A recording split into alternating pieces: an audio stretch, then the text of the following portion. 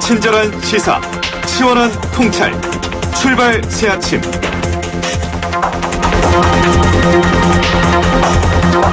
네, 어제 당정은 부동산 시장 안정화를 위해서 주택 공급 확대 방안을 발표했습니다. 13만 2천 호의 신규 주택 공급으로 수도권 집값 어떻게 달라질까요? 이 시간엔 박원갑 KB국민은행 부동산 수석 전문위원과 연결해서 이야기 나눠보겠습니다. 안녕하십니까? 네, 안녕하십니까? 네, 어제 홍남기 경제부총리가 6.17, 7.10 대책 발표 이후 서울의 집값 상승세가 둔화되고 있다면서요. 규제책이 상당한 성과를 거뒀다 이렇게 말했습니다. 아파트 상승률이 낮아지는 흐름을 보였다는 건데 이게 맞습니까? 네, 그렇습니다. 실제로 감정원 통계를 보면요. 네. 7월 첫 주에 서울 아파트 주간 상승률이 0.11% 정도가 됐는데 네. 4주째 가서는 0.04% 정도로 어떻게 보면 소폭 이제 낮아졌다 이렇게 보면 될 것 같고요. 뭐 수도권도 상승률이 둔화되고 있는 모습이어서 뭐 서울뿐만 아니라 서울 수도권 전체에 해당된다 이렇게 보시면 되고, 다만 지금 30대 중심의 그 패닉 바잉이라고 있지 않습니까? 패닉 바잉. 예. 그게 이제 그대로 이어지고 있고, 그래서 또 가을 이사철이 곧 또 시작이 되기 때문에 뭐 안심하기는 좀 이르지 않느냐. 이렇게 보고 있는 것 같습니다. 자, 공공 재건축과 재개발을 이제 활성화하는 방안 발표됐지 않습니까? 최대 50층까지, 용적률은 최대 또 500%까지 완화하는 건데, 자, 이게 집값 안정화 도움 될까요?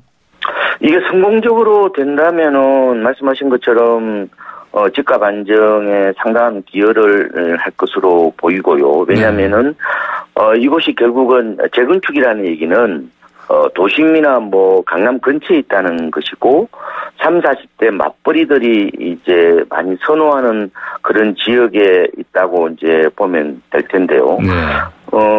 그리고 또 하나는 그동안에 이제 재건축은 규제 중심으로 이끌어 왔는데 약간 정책의 이제 전환으로 볼 수도 있겠다. 다만 이제 조합들이 이런 공공 참여형 재건축에 어느 정도 이제 적극적으로 참여를 하겠느냐 이게 이제 관건인데 이 공공 참여형 고밀 재건축은 말씀하신 것처럼 규제를 좀 완화해 주는 대신에 이제 기부 체납을 혹은 또 임대주택을 더 많이 짓도록 하는 어떤 그런 새로운 형태의 재건축이라고 보시면 될 것 같습니다. 기부 체납이 하나의 가장 중요한 포인트가 되겠네요. 그러면요, 앞으로. 그렇습니다. 네, 이거를 제대로 실현하는 게 관건이다 이런 말씀하셨습니다. 자, 그런데 그 어제 이렇게 정부 발표 나온 다음에 서울시에서도 기자회견을 통해서 이런 방식의 공공 재건축 반대한다 이런 입장을 냈다가 물론 접기는 했습니다. 네. 자, 이걸 봐서도 사실 이게 뭐 난항이 예상되는 부분입니다. 어떻게 보십니까? 불협화음은 여전히 지금 있는 거로 보이고요.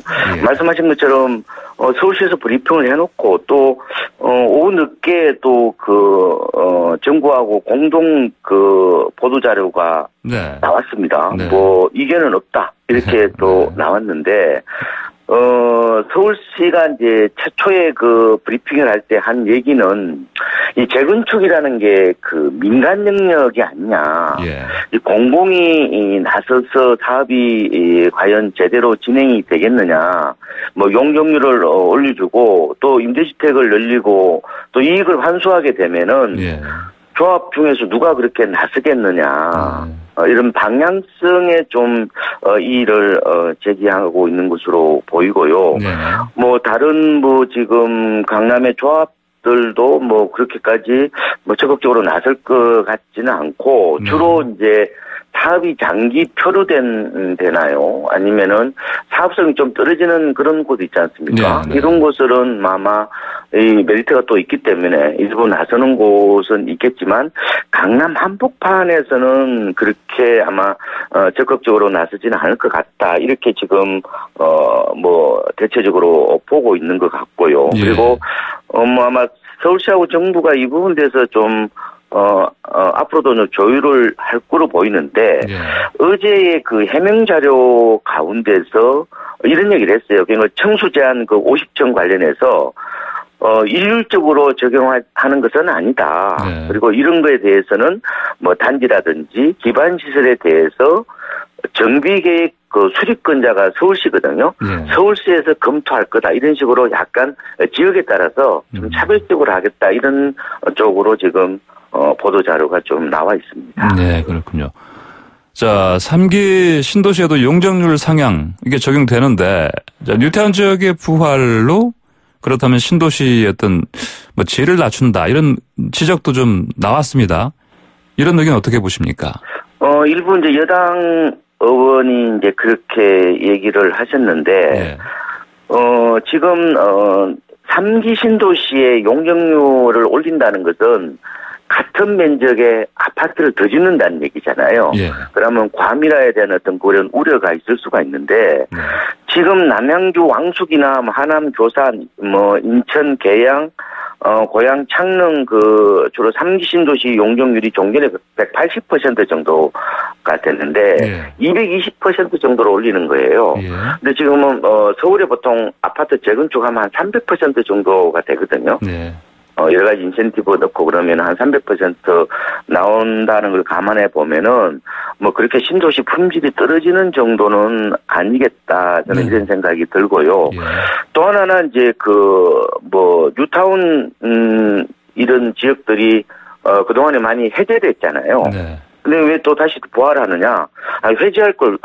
부활할 거 왜 해제시켰느냐? 네, 네. 이런 부분에 대해서는 다소 예. 일리가 있는, 지적이 아닌가 생각이 들고 있습니다. 네. 그러니까 그렇게 해제된 지역이 한 170여 군데 되죠. 상당히 많았는데.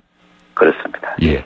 자, 그러면 이제 주택 공급 확대는 당연히 필요하다는 데는 다 공감을 하고 있지만 그런데 이 투기 수요 자극하지 않는 선에서 이루어지려면 어떻게 해야 되겠습니까? 글쎄요. 지금 투기 수요가 이제 어느 부분에 해당되는 건지 가령 네. 청약이 광풍이 분다. 네. 그거를 보는 것인지 아니면은 이게 주택을 지으면은 주변이 막 들썩거리는 그런 부분들로 또 볼 수도 있는데 네. 후자 같은 경우는 지금 분양가가 워낙 낮기 때문에 고분양가 후폭풍이 나타날 가능성은 높지가 않고요. 네. 그리고 이제 청약이 너무 과열되는 게 아니냐 이런 부분에 대해서는 지금 규제가 심합니다. 가령 네.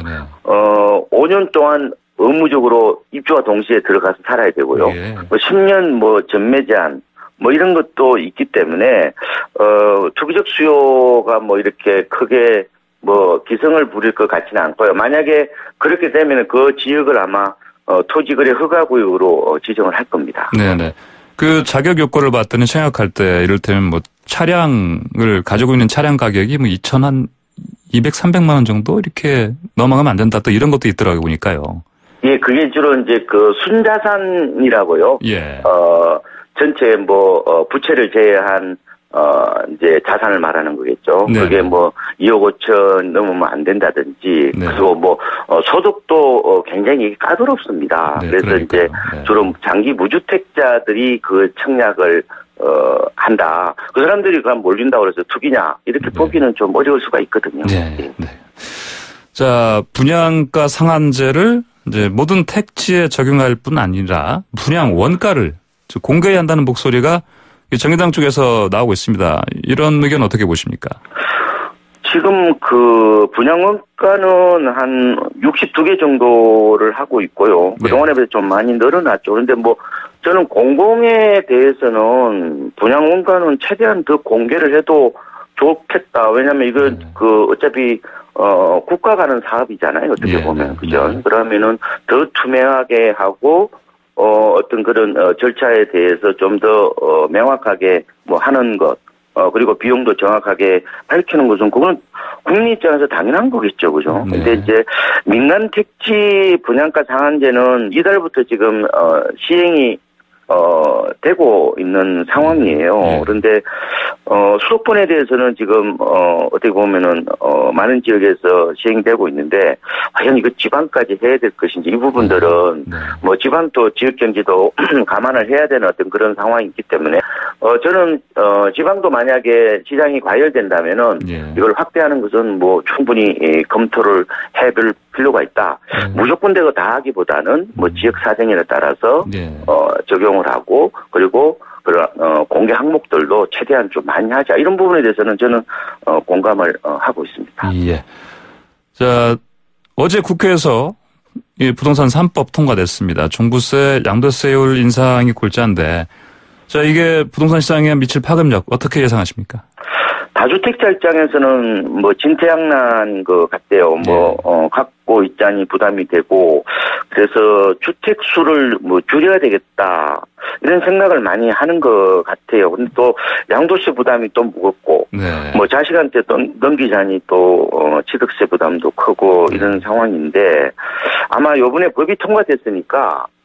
일부 고민하시는 분 가운데 매물로 좀 내놓는 경우도 나타날 거로 보여요. 왜냐하면 내년 6월 1일 이후가 넘어가면 또 양도세 부담이 더 무거워지니까요. 네. 근데 이제 매물은 많지는 이제 않을 것 같은데 그래서 이런 시장에 여러 가지 어떤 변수를 고려해서 나타나는 어떤 모습들은 초고가 주택 같은 경우는 거래가 굉장히 좀 위축되는 양상이 나타날 거로 보입니다. 뭐 네. 대출 규제나 네. 뭐 세금 규제가 워낙 심하니까요. 그런데 중저가 주택들은 주로 30대들이 많이 사는데요. 뭐 취득세나 재산세 혹은 뭐 이런 대출 규제 완화 부분이 있습니다. 네. 그래서 아마 두 시장 간의 좀 차이는 좀 나지 않을까 이런 생각을 해보고 있습니다. 네. 고가 주택과 중저가 주택 사이에는 다른 방식으로 이 효과가 나타날 것이다. 이렇게 예상하셨습니다. 자, 임대차 3법. 그 중에 특히 이제 계약갱신 청구권, 그 전월세 상한제, 게다가 이제 전월세 신고제도 이제 도입되는 건데, 자, 이런 가운데, 서울과 수도권에서 주택 전세 임대가 지금 줄고 있는 상황 같습니다. 이런 현상이 더 가속화할 것으로 보십니까? 일단은 그렇게 봐야 되지 않겠습니까? 네. 지금 전체 거래 중에서 전세 비중이 지난 한 2006년도 이럴 때만 하더라도 예. 한 54% 정도가 되었는데요. 네. 2016년 이후부터는 뭐 40% 수준에서 이제 유지가 되고 있어요. 네. 근데 큰 흐름으로 보면 줄어들고 있는데 최근에 한 4년 동안은 뭐 그렇게 줄지는 않았다. 이렇게 뭐 제자리 걸음이다 이렇게 보시면 되는데 예. 전세 거래량은 좀 줄 것 같아요. 왜냐하면은 지금 주로 신규 전세 거래량이 있죠. 네. 재계약을 통해서 눌러놓은 사람들이 많지 않습니까? 그죠? 네, 그렇죠. 그러면은 아무래도 거래가 좀 줄 수밖에 없고 일부 월세로 갈 가능성은 있어요. 그런데 완전 월세로는 저는 못 갈 것 같아요. 왜냐하면은 이 이제 전세 보증금을 승계한 갭 투자가 여전히 많고요. 네. 뭐 지금 강남 같은 경우는 거의 70% 가까이가 됩니다. 네. 그래서 보증금을 갚아야 되잖아요. 그렇죠. 그래서 이제 아마 단기간의 어떤 월세화 시대보다는 당분간은 전세 월세를 약간 섞은 반전세가 좀 더 늘어날 가능성이 있다. 근데 네. 장기적으로 보면은 결국은 월세 시대로 이제 갈 수밖에 없는 그런 측면이 있을 것 같습니다. 뭐 집값이 오르지 않는다든지, 네. 뭐 저금리가 뭐 완전히 장기화된다든지 그러면은 여러 요인들이 겹쳐서 결국은 이제 우리가 선진국처럼 이제 월세처럼 갈 수가 있다 이렇게 볼 수가 있을 것 같습니다. 자, 이 말씀하신 것처럼 이제 어쨌든 뭐 속도가 뭐 이렇게 빠르지는 않겠지만 이 흐름이 뭐 계속 이어질 가능성이 상당한데 그러면 그 전세가 반전세 또 월세로 전환이 되면 이제 사실 이 세입자들 부담이 사실 클 수밖에 없는데 그러면 당정에 밝힌 공공지원 민간 임대주택 공급으로 이게 보완될 수 있을 것으로 혹시 예상하십니까? 여러 방안을 이제 해야 되는데요. 예. 제 생각에는 공공임대주택 이게 이제 재고가 작년에 한 160만 채 정도 되는데 네. 한 전체 한 7.6% 정도 되어요. 그런데 아예 OECD 수준보다는 조금은 안 되지만 이게 이제 계속해서 나고 있고 그런데 더 늘려야 된다. 이 네. 부분이 하나 있고요. 지금 이제 세입자 입장에서 내가 월세를 낼 거냐, 뭐 전세로 낼 거냐 하는 부분들, 특히 이제 재계약 때 말씀을 드리는데 네. 이 전월세 전환율이라고 그러잖아요. 네, 네. 현재 이게 그 4%예요. 맞습니다. 근데 네. 이게 이제 낮춘다고 얘기하지 않습니까? 근데 네. 은행 전세 대출 금리가 한 2.2, 2.3 이 정도 됩니다. 지금요.